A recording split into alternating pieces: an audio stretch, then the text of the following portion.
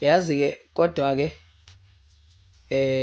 yabo nje i-March and March ngisho ukuthi iya regretta the day yafaka lesi siphukuphuku sexoki. Not that I'm surprised, but it's just that nje yazi lesisho sokuthi once a pirate always a pirate, once a xoki always a xoki. Because lo muntu thina asikho surprised, especially thina esazi umkhonto wesizwe. Amalungu omkhonto wesizwe will tell you about this xoki here, ukuthi urubbish onjani leli xoki elasuka lenza sengazuthi lihambisana nathi. Kuthe sekuyiwa ngasemajikeni ukuthi sekuyovota, ixoki lavele lathi lona alikaze lize limbone, alikaze lize libone ikhehla elidala lithi liphume inxiwa lana. Leli ixoki lisho kanjalo, lisho umsholozi ukuthi angikaze mina ngize ngimbone ubaba omdala ixhegu lithi liphuma ilentuza inxiwa layo. Wajika emva kalokho waphakamisa isandla kanje wathi yena uyovotela i-ANC. Ikhona nje le-ANC uvele lento abeyimashela ibingekho, because zinje izinto uyena waqinisela washona phambili wathi haya nginikeze lo muntu, votelani lo muntu uright.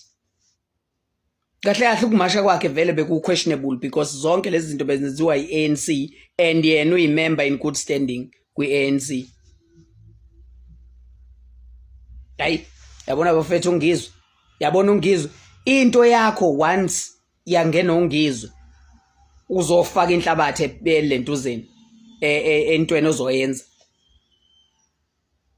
Uzofaka nje inhlabathi, ungakulinge ufune leli ixoki lingene into ngisho ngakuthiwa enjani, because lo muntu doesn't understand. That is why ngayisho lento kulama video ukuthi bahle bona bekhona kuma mashi, but when it comes to ama boardroom abangalinge beyifake phakathi, because they don't understand i-concept yale March and March ukuthi bekukhulunywa ngani kuyona. Hayi siyamasha every day lento le uthi ukumasha usekhathelene ukumasha each and every day. Sebenzile bona imashi njengamanje sekulungile and the highest office isizwile izikhalo zethu and is taking action ngalonto. Babuyile kodwa laba bantu siyababona la etradini. Babuyile, bakhona manje, bakhona ngisho abangahambile bala. Uyabo? Hayi bandla shem, ayongizwe bafethu. Ungizwe nje ungizwe udoti womuntu.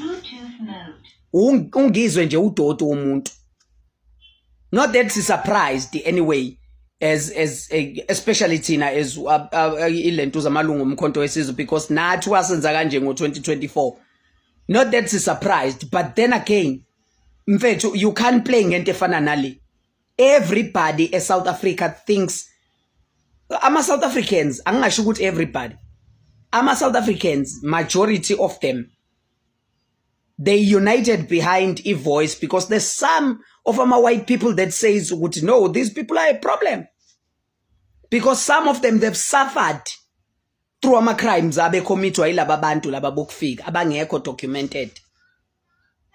Ngizwe ke bona babona i-opportunity yokushine, i-opportunity yokuthrow more of ama followers wabo.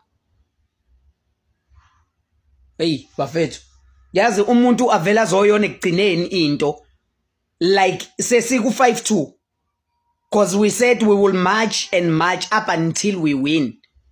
Have we won yet? No. Kodwa yena usayibona ukuthi hayi akuyekwe. Hayi bafethu. Ixoki udoti ungizwe udoti.